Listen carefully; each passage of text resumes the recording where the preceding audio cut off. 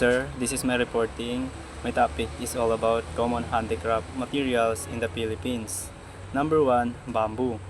One of the most common materials used for furniture, baskets, and houses. So bamboo is madaling hanapin at matibay. Ginagamit sa paggawa ng upuan, mesa, basket at bahay kubo. Eco-friendly kasi mabilis tumubo ulit. And number 2, rattan. Rattan is flexible and easy to shape. Used for chairs, bags, and decorations. So rattan is parang vine na malambot at madaling hubugin. Kaya ginagawa siyang upuan, bag, at palamuti. Sikat talaga ang Pilipinas sa mga produktong rattan.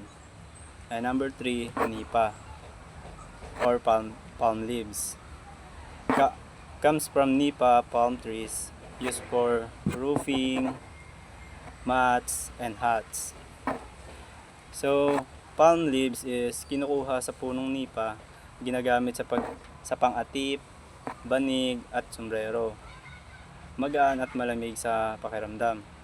And number 4, abaka. Abaka is a natural fiber from a plant used for bags, ropes, and textiles. Ito ay hibla galing sa saging na abaka. Matibay kaya ginagawang bag, lubid at tela.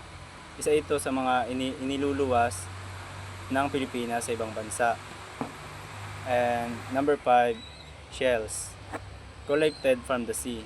Used for jewelry, souvenirs, and home decorations. Dito naman sa shells is nakukuha sa dagat. Ginagawang kwintas, hikaw, susi at palamuti sa bahay. Maganda kasi makintab at iba-iba ang kulay. And number 6, wood. Used for sculptures, furniture, and religious items. So dito naman sa wood is galing sa puno, ginagamit sa ukit, muebles, at mga imaheng pangrelihiyon. Matibay at pangmatagalan. And number 7, coconut materials. Comes from different parts of the coconut. Used for make balls, crafts, and accessories. Dito naman sa coconut materials is halos lahat ng parte ng nyog nagagamit. Yung shell, ginagawang mangkok, kutsara, at accessories. Yung hibla naman, ginagawang brush at banig.